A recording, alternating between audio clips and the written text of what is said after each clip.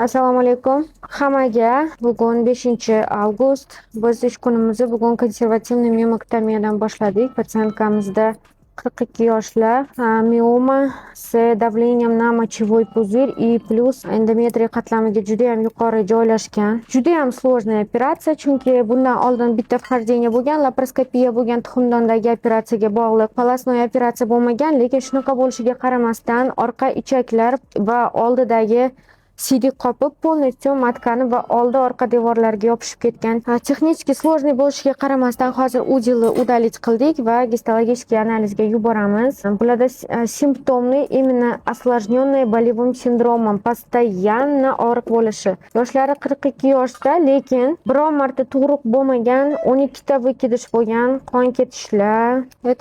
Juda ham katta qon tomirlar bilan pitaniyasi bor edi. Hozir kirishimiz bilan o'zini belgilarini berdi. Lekin alhamdulillah, Xudoga shukr, biz chiroyli qilib tugatdik. Bularga sog'lik tilaymiz. Dalshi taktikamiz histologiya rezultatiga qarab aniqlanadi.